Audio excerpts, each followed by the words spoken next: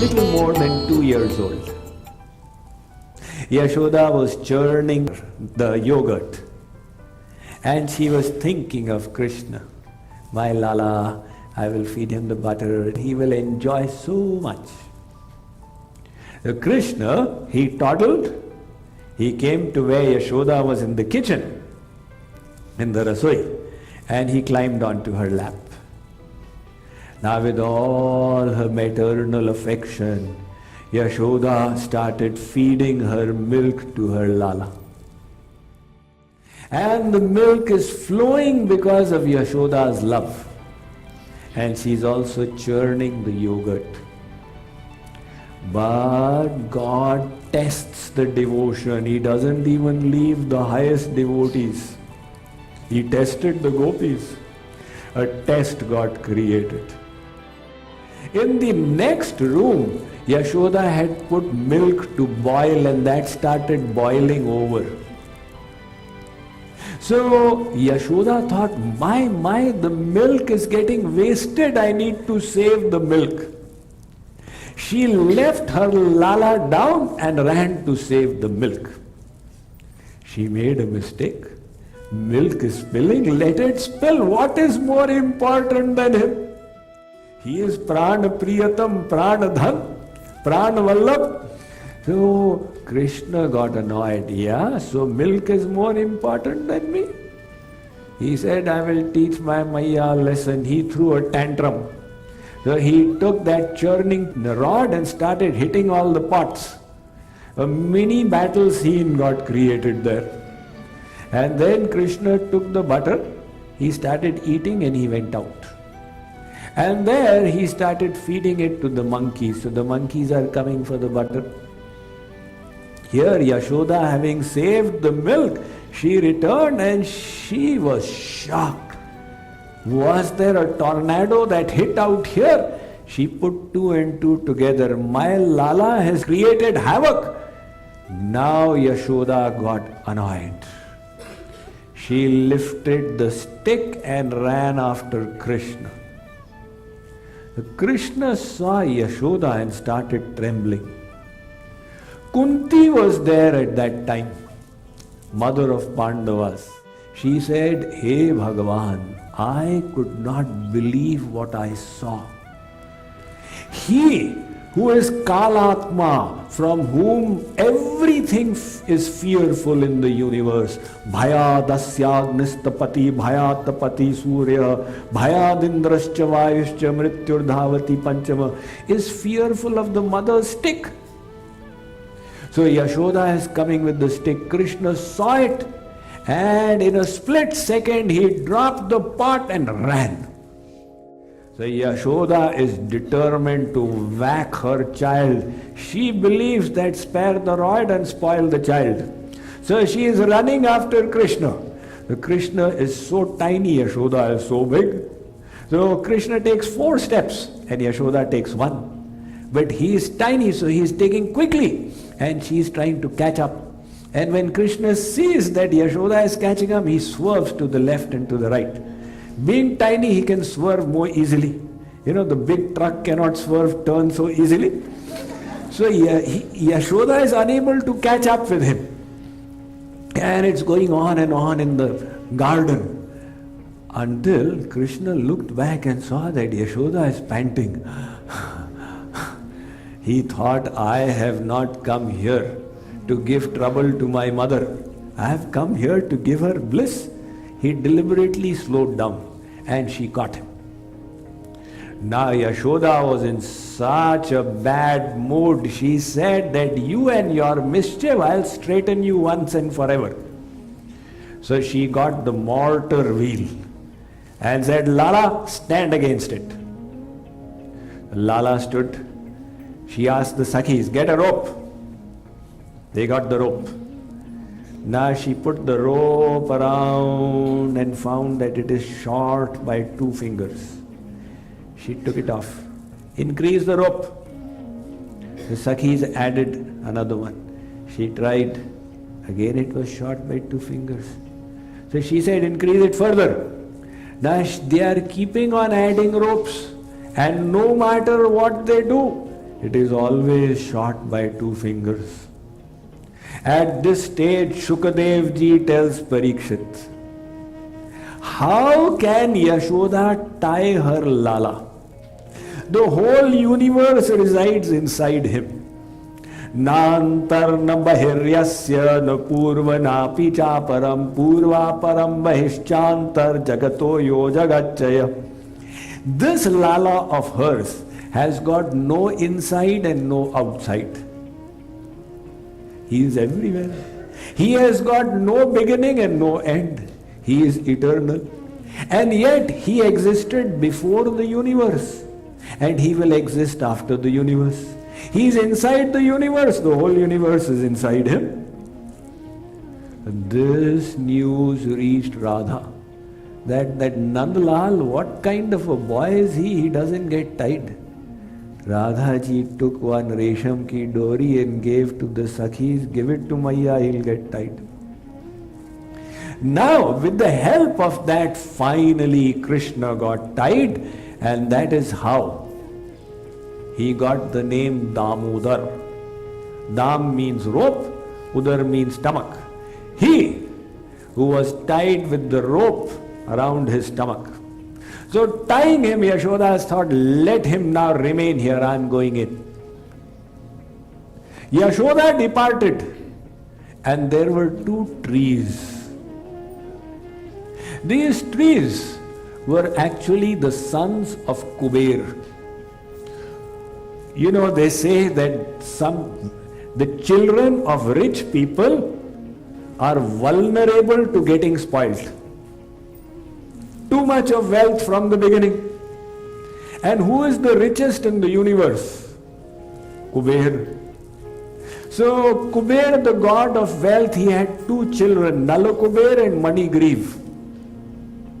Intoxicated by the wealth, they were playing around with women in the open in a lake, and they were drunk when Narad went by. Narad thought, there is nothing more intoxicating than wealth. So he cursed them. Go and become trees. You are so fond of displaying your body, display it in the form of a tree. So, but sometimes the curse of a saint is a blessing in disguise. The Narad arranged that they would be liberated by the Lord himself. Now Krishna understood that these two are stuck here for a long, long time. He pulled the motor wheel between these two twin Yamalarjun trees, and they came crashing down. And the two of them, they manifested. They were released from that birth. They offered their pranam to Sri Krishna and departed. There was a tradition in Braj. The Brajvasis, being of an agrarian society, they used to be dependent upon rain. And they used to worship Indra, the god of rain. These celestial gods, they have their portfolios. Like right now in USA, you've got a Secretary of Finance, Secretary of Industries. In India, you've got the Industries Minister, the Finance Minister. So God has got Agni, who takes care of fire, Vayu, who takes care of the wind, and Indra, who takes care of the rain. So they used to worship Indra. Even today, if you go to Kathmandu, they worship one day in the year, they worship Indra. Now Krishna found that people are making preparations for the puja of Indra. He asked Nanda and Yashoda, what is the matter? Nanda said, Beta, we worship Indra once in a year because he gives rain. Krishna thought this is not right. Because in future, I am going to, before the Mahabharata, speak the Bhagavad Gita to Arjuna. And in that Bhagavad Gita, I'll give the principle of bhakti. Aranyas chintayanto mam ananya cheta satatam. You should only worship God. But people will misunderstand. They'll say, no, I will worship this, I will worship that. So Krishna said, in my avatar kal, if people are going to start worshipping Indra, then in future people will question, what Gita Gyan did you give of Ananya Bhakti? Only worship God, when your Brajbasis are worshipping Indra. And Krishna thought, I need to resolve this problem. So first of all, he got the little children on his side. You see, when you have to bring about a social revolution, you need some support. So he said, look, we go to Govardhan, we play there, our cows, they feed on the grass, etc., growing there. So our Aradhya is Govardhan, it is a form of Vishnu himself. Actually, Vishnu had descended in the form of Govardhan to enhance the bliss of Krishna's pastimes. So it is said that Vishnu is Govardhan himself. So Krishna, once he got the Sakhas on his side, then he called the general assembly of the Brajvasis. And there he explained to them that, look, this is not good, we don't need to worship any Indra Findra. So Sri Krishna explained to the Brajvasis that this is not good, we will worship Vishnu Swarup Govardhan. Everybody, Sri Krishna of course is expert in convincing. They all agreed. And the day was decided with all the puja samagri. And he told that we will offer bhog. So the Brajbasis, to their heart's content, they brought varieties of items. And they reached Giri Govardhan. So there they placed all the bhog, and to Vishnu Swarup, Krishna Swarup, Govardhan, the bhog was offered. Indra, he became annoyed. He said, who is this boy in Braj who has stopped my puja? He commissioned the biggest cloud in his armory, which was a cloud called Samvartak. And he said, go and inundate the whole of Braj. So Samvartak came there and Pralayakari Varsha started. Now the Brajbasi said, Krishna, what do we do? Krishna said, don't you worry. He took the Govardhan and he lifted it on the little finger of his left hand. Some people ask that why did he lift it on the little finger of his left hand? This is the weakest portion of the body.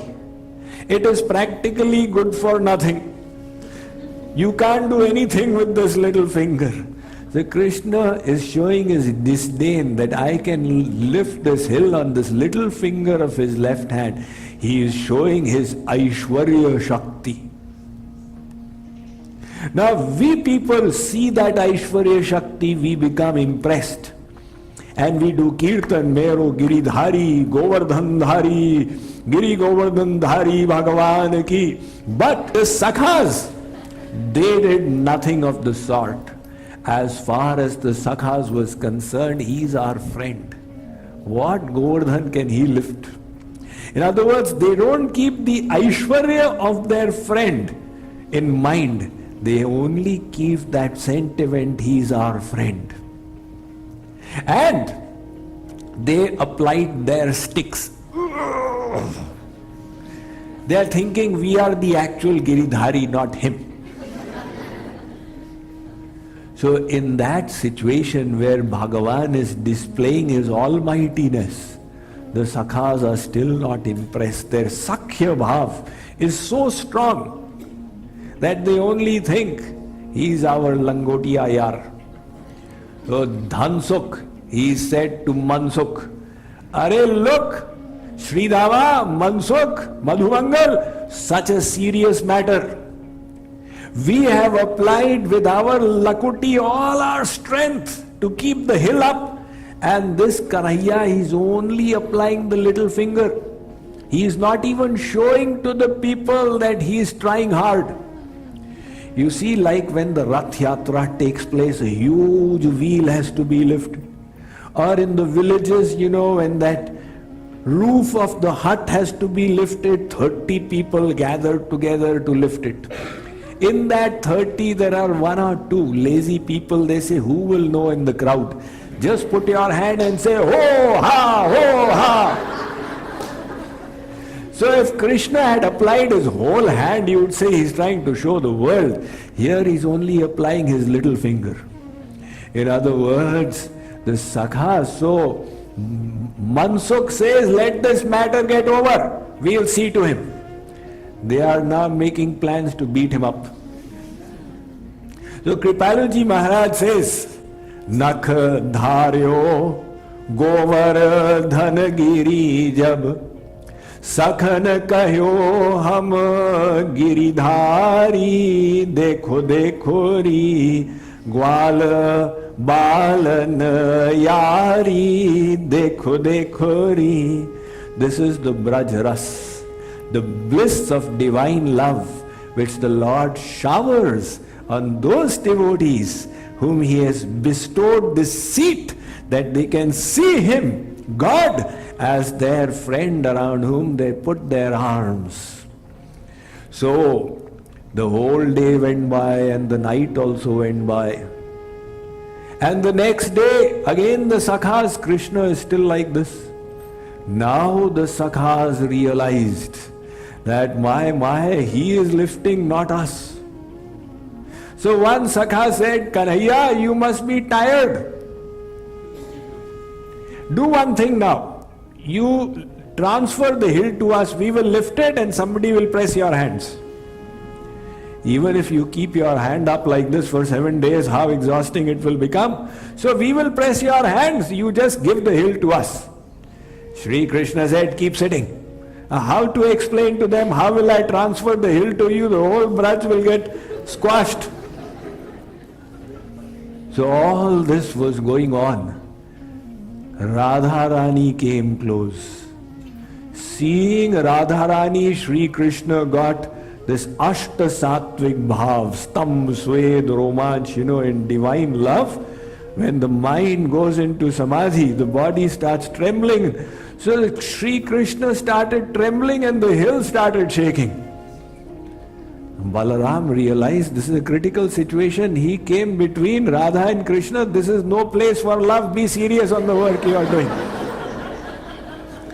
All the Brajbasis were under the hill and they celebrated by dancing. They were saved from that storm.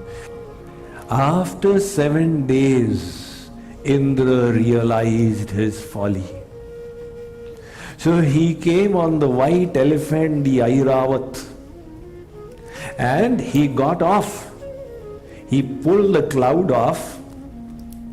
So Krishna put the hill down by his Sudarshan disk. He dried all the water. Indra came and fell in front of him and begged forgiveness.